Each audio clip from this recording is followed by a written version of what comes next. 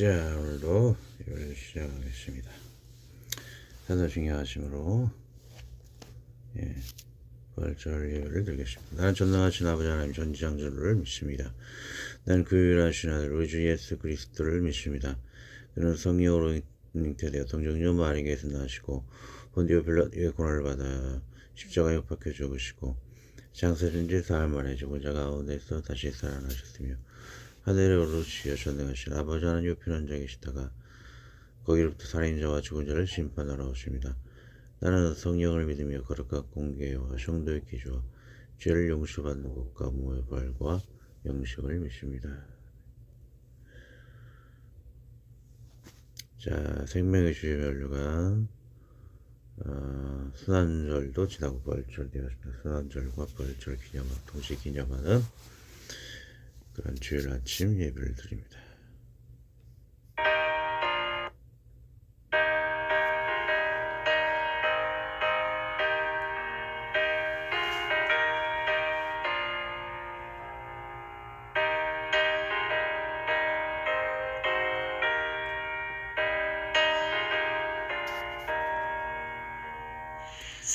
생명이었으여 멸류관 받으시옵소서. 나의 쓰신 가시가 나의 영합니다. 저 예수만의 기도를 너희 여가게 하시고 그 십자가의 은혜로 나를 넣으소서. 넣으셨던 무덤 내게도 보이시옵소서.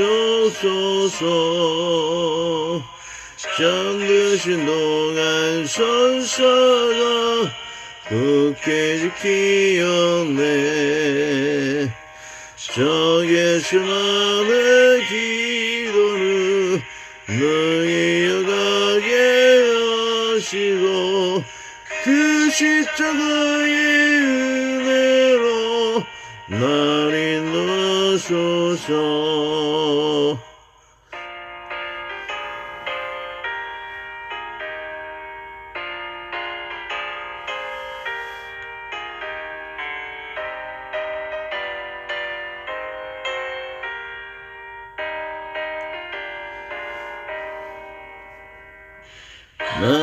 마리아처럼 새벽에 주께로 갑니다.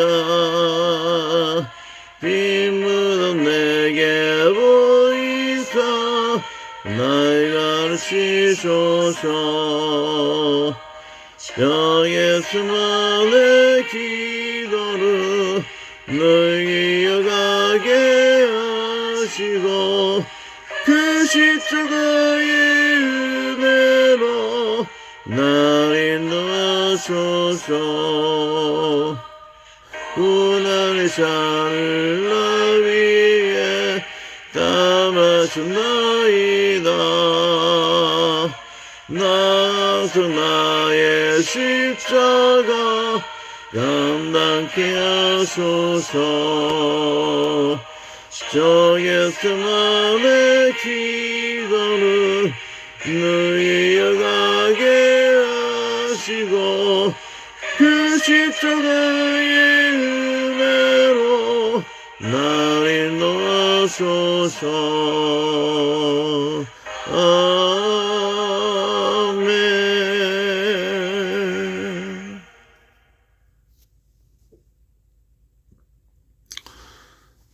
성경 말씀 호세아서 19에서 14절까지입니다.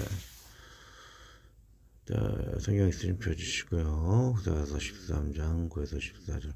자, 이 배경을 가진 말씀 신약에도 나와 있죠. 신약에 나오는 이 구절을 통해서 설명하는 신약의 말씀과 그리고 원래 써져 있는 구약의 호세아서 이 말씀을 가지고 유명하죠. 사망한 너희 쏘는 것이 어디 있느냐. 그 말씀을 오늘은 구약의 다음번에는 신약을 가지고 구절강의 본문 구절강에 하겠습니다. 9절 이스라엘아 내가 배명하였나니 너를 도와주는 나를 대적함이니라. 전에 내가 이르기를 내게 왕과 방백들을 추초하였느니라. 내 모든 성읍에서 너를 구원할 자 내 왕이 어디 있으며 내 재판장들이 어디 있느냐. 내가 분노함으로 내게 왕을 주고 진노함으로 피하였노라. 에브라함의 불과 봉함되었고 그 죄가 저장되었나니 해산하는 여인의 어려움이 저에게 임하리라. 전 어리석은 자식이로다. 때가 임하였나니 산문에서 지체할 것이 아니니라. 내가 주를 음부의 권세에서 종려하며 사망에서 구속하리니 사망이 내 재앙이 어디 있느냐. 음부야 내 멸망이 어디 있느냐. 이웃침이 내 목전에 심으리라. 다시 한 말씀입니다. 이스라엘아 내가 패망하였나니 이는 너를 도와주는 나를 대적함이니라. 전에 내가 이르기를 내게 왕과 방백들을 조사하였느니라.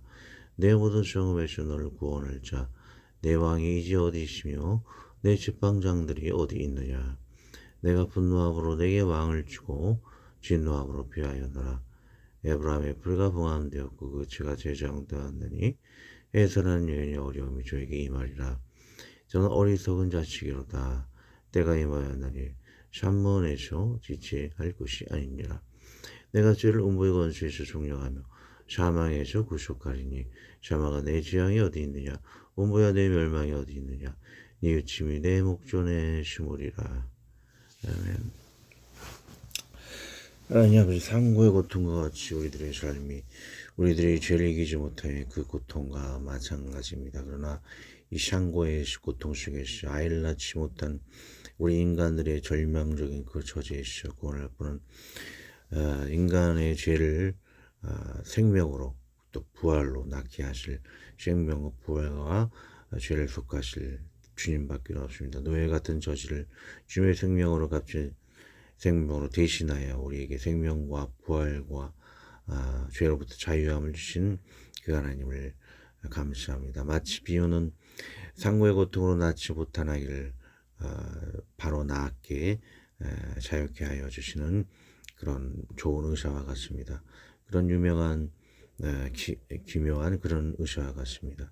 주님의 은혜에 이러한 삶에 늘 감사하며 그 주님의 은혜대로 우리가 자유와 부활과 생명의 삶을 날마다 살아가게 해주시고 그 인도함이 잃어버린 벗기의 죄 가운데 살아 잃어버린 벗기를 놓쳐버리는 삶과 같사오나 그 성령의 인도함으로 그 법을 우리 마음에 새겨 주셔서 그 성령의 법대로 잃어버린 벗기를 다시 되찾음을 가지고 사는 삶대로 우리가 살아갈 수 있도록 우리 마음에 새겨 주신 그 성령의 인도함대로 늘 살아갈 수 있도록 도와주옵소서. 그리함으로 그 아름다운 노래의 가사와 같이 또한 우리 마음에 벗기를 새겨진 그 구절과 같이 잃어버린 벗기를 찾아 자유함을 누리며 살아갈 수 있도록 영생의 길을 가게 하여 주옵소서. 좋은 나눔 되게 하여 주시오며 예수님의 이름으로 기도하였습니다. 아멘. 자, 오늘 말씀을 잘 이해할 수 있는 부분, 십자가와 부활의 잃어버린 벗기를 성령 하나님의 인도로 새기다. 자, 예수님이 잠깐 생각나는 것이 이 상고의 고통과 같은 것이, 만약 예수님이 이 부활의 무덤의 문을 열고 나가지 않았다라면 상고의 고통에 처해 있는 그런 여인과 같다라고 볼 수가 있습니다. 너무나 답답하고 그런 삶이죠. 그러나 그 여인을 고통 가운데 애를 그 뱃속에 생명을 가지고 애를 출산하는 것, 그리하여 자유함을 누리는 것, 기쁨을 맛보는 것, 그것이 바로 부활의 예수님의 이끄심이라는 것이죠. 주님께서 그 첫 열매가 되어 주셨고 우리 또한 그런 열매로 하나님이 보내신 성령의 능력으로 그 일을 이룰 수 있다는 것이죠. 그것이 우리 마음에 새겨주신 그 히브리서 10장 16절 나와 있지 않습니까? 주께서 이르실 때 그날로는 그들과 맺을 언약이 이것이라 하시고 내 법을 그들의 마음에 두고 그들의 생각에 기록하리라 하시노였던 것처럼 이 법궤를 우리 마음에 새긴다는 것이 오른쪽 그런 법궤가 나오고 그 가슴 모아 기도하는 제사장의 모습, 이 제사장의 모습이 우리라는 거예요. 잃어버린 먹기를 우리 마음에 새기시그 인도함에 따라 우리가 순종할 때에 그 창고의 고통을 가지지 않고 마치 출산하여 자유함을 누린 것 같이 생명의 열매를 맺고 우리가 영생의 열매, 부활의 열매를 맺을 수 있다는 것이죠. 우리가 굉장히 중요한 사실이 십자가와 부활이 통해서 그 영광을 우리가 누릴 수 있다라는 것이죠. 많은 이단들이 그럽니다. 성령의 인도함은 전혀 중요하지 않은 것처럼 예수님이 십자가와 또는 성부 아버지 하나님만 믿고 그냥 끝난다라고 이렇게 생각하는 그런 학자들이 굉장히 많죠. 굉장히 잘못된 것입니다. 성부 하나님을 믿을 뿐만 아니고 십자가의 사건을 믿을 뿐만 아니고 성령의 인도를 통해서 구원받는 그 마지막 잃어버린 벗기를 우리 마음에 새기는 그 작업, 마지막에 그 키 열쇠, 구원의 열쇠가 있다는 것이죠. 그래서 우리는 잊지 말아야 할 것입니다. 자, 문맥 읽기 보도록 하겠습니다. 왜 이스라엘 백성들은 하나님을 대적함으로 징계를 받게 되는가? 첫 번째 그 원인, 이스라엘 패망의 원인은 도와주시는 하나님을 대적하였다는 거죠. 창세기 너희 대적을 내 손에 붙이신 지극히 높으신 하나님을 찬송할지로다. 아멘. 아브라함이 그 얻은 것의 10분의 1을 멜기세덱에게 주었더라. 참아 여호와께서 다윗을 모든 원수의 손과 사울의 손에서 구원하신 그날에 다윗이 이 노래의 말씀으로 여호와께 하려.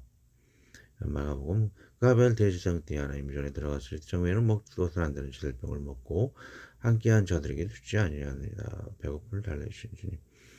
자, 이와 같이 우리를 도와주는 주님을 대적한 것이 죄악이라는 것이죠. 인간이 대속을 받기 전 범하고 있는 죄악들을 살펴보는 것입니다. 자, 이번에 두 번째, 하나님의 통치를 거부함으로 대속을 받아야 할 죄인이 되었다는 것이죠. 대상, 하늘은 기뻐하고 땅은 즐거워하며 모든 나라 중에서는 이르기를 여호와께서 통치하신다 할지로다. 이사야서 돌아 장차한 왕이 공의로 통치할 것이요 방백들이 정의로 다스릴 것이며. 계시록 또 내가 들으려오다 물이 음성과도 같고 많은 물시와도 같고 그 오래 소리와도 같은 그 소리로 이르되 할렐루야 주 우리 하나님 곧 전능하시니가 통치하시도다. 자, 이런 하나님의 그런 통치를 우리가 거부함을 통해서 주위에 많이 볼 수도 있지 않습니까? 하나님을 이렇게 거부하고 하나님의 도움을 뿌리치는 사람들 너무나 주위에 많죠. 예, 그런 것을 좀 이야기하는 것입니다. 오늘 풀어보겠습니다. 10월 죽은 자의 거처 유학하지만 지옥을 의미한다라고 하죠. 썸브로 번역된 히브리인들은 주변 이방인들이 경험하지 죽은 자가 거하는 아브란 지하 세계 실체로서 그 장소에 대한 개념을 분명히 가지고 있다.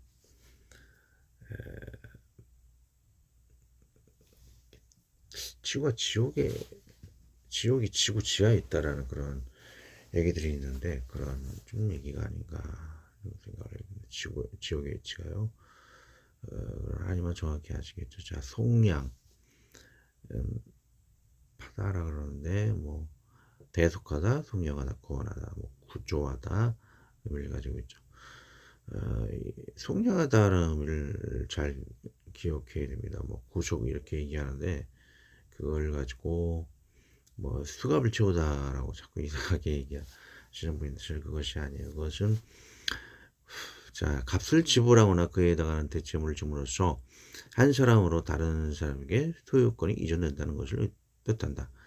이거는 아수리에서 아끼다, 용서하다, 속량하다 의미를 가지고 있다. 이 노예가 이게 자유를 얻기 위해서는 누군가 그 대가를 지불해서 자유해야 한다는 것이죠. 예수님의 대속으로 우리가 자유하게 된다. 그것이 구속이고 속량을 의미하는 것이죠. 큰 의미로 이야기하는 것입니다. 그 다음에 자, 구속갈은 뭐 근친의 역할을 행하다라는 의미를 가지고 있다 그래요. 그래서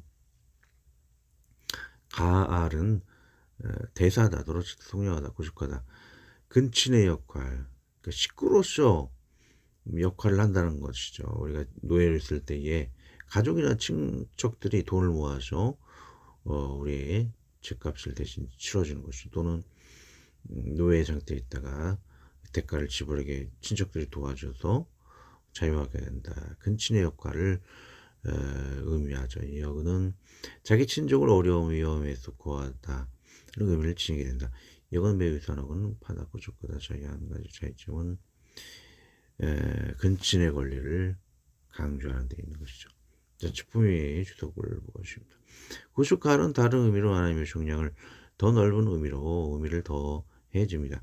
속량 파다는 노예를 대가를 지불하여 자유하게 한다는 의미가 있다면 구속가는 노예의 가족이나 친척으로서 노예된 가족을 자유하게 할 의미가 있다는 것입니다. 즉 예수님은 우리 형제가 되고 하나의 아버지는 우리 아버지가 되어 가족이 되고 성령 하나님은 우리 안에 내주하셔 초자아가 되심으로 우리를 죄에 대해 심판에서 자유롭게 하시는 의미를 가지고 가족으로서 우리를 자유롭게 하셨다는 것입니다. 자, 뉘우침은 슬픔이나 회개를 의미하죠.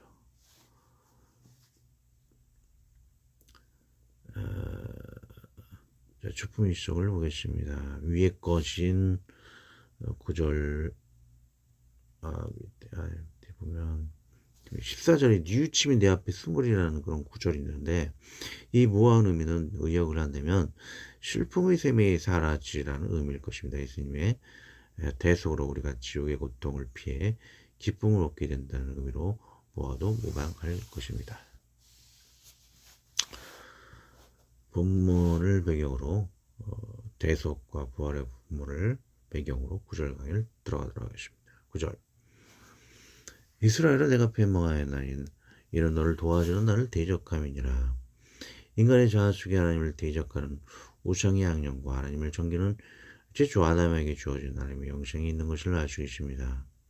그중 이스라엘 백성에게도 있기에 그들은 사단이 인간들에게 영향을 끼친 선악과를 먹은 악령으로 자신들의 선악과 중심을 사탄과 인간을 위한 중심으로 바꿔버립니다.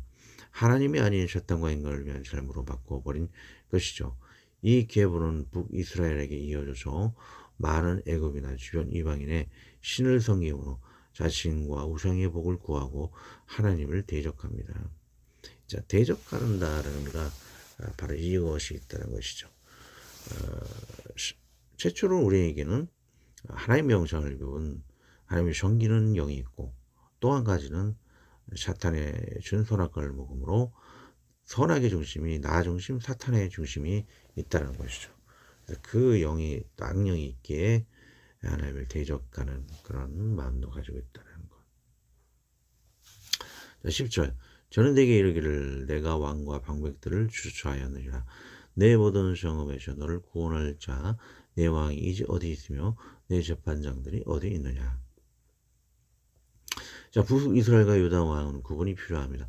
북이스라엘은 많은 이방신의 우상을 섬김으로 수많은 왕의 칼날의 영모를 받았고 그들의 왕과 재판장들은 백성을 위해 아무 필요가 없어 백성에게는 있어서는 안 되는 존재가 되어버렸습니다. 그러나 유대는 다윗을 통한 하나님 경배의 틀을 유치하며 예루살렘의 왕자와 함께 제사의 성전이 남아오며 유다의 신앙의 등불을 대대로 유지하여 옵니다. 그 신앙의 등불의 마지막은 유다 지파에게서 나온 우리 영원한 왕 예수 그리스도이십니다. 하나님을 버리고 왕을 구했던 그런 이스라엘의 폐역을 이야기하고 그 가운데서도 믿음의 줄기를 이어오신 그 주님에 대한 내용인 것이죠. 자, 11절 내가 분노함으로 내게 왕을 주고 진노함으로 피하였노라. 백성이 우상을 섬기기 위해 왕을 구하였고 그 족보는 사울을 통해 하나님의 제사장을 죽이는 악한 왕이요 무당을 섬기는 우상왕으로 폐하였고 이 족보는 북이스라엘 통해 끊임없이 칼날에 의해 폐함을 당하고 북이스라엘이 멸망으로 종교를 짓습니다. 그러나 하나님을 왕으로 삼는 다윗은 그 등불을 계속 유지하고 타락의 와중에도 바벨론에서 그 등불은 유지하여 오다 예수님 시대 악의 예수님으로 영원히 그 때를 이어져 옵니다. 예수님은 그 백성으로 왕으로 여겨져 오시나 예수님은 하나님 아버지를 대왕으로서 시행할 것이 땅의 주인으로서 주의 주로서 경배를 하실 것입니다.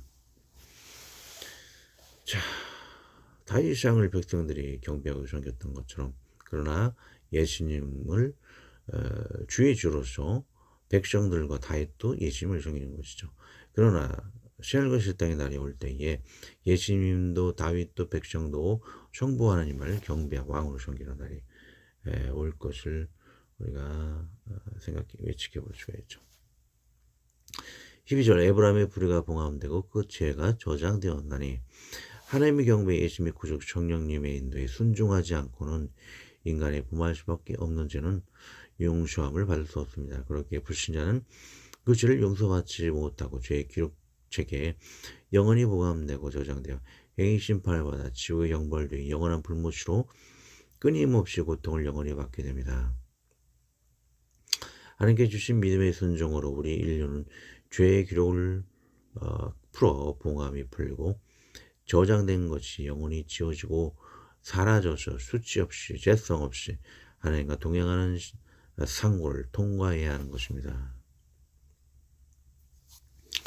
13절에 선한 여인의 어려움이 저에게 임하리라. 저는 어리석은 자식이로다. 때가 임하였느니 사문에서 지체할 것이 아니라. 기약교정은 성경 의미를 더해줍니다.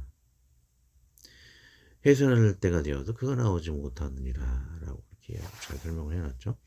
자, 여인이 상고할 때 아이가 나오지 못하는 어처구니 없는 고통은 인간의 힘으로 해결하기도 어렵습니다. 그 상고의 산모가 죽고 아기가 죽는 일은 인간세에서 가장 답답하고 고통의 순간입니다. 5명의 남편이 있어도 자신의 고통을 해결하지 못하는 북이스라엘 사마리아 여인은 예수님을 만남으로 자신의 갈증을 해결하여 자신과 마을 사람을 구해내고 상고의 고통을 해결합니다. 유다 지역의 베다니 여인은 예수님을 만남으로 자신의 창녀의 죄악을 해결하고 용서받는 것이죠. 굶주림에 죽어간 남매 나사를 부활로 받기도 하여 믿음을 낳아 자신의 상고를 해결합니다.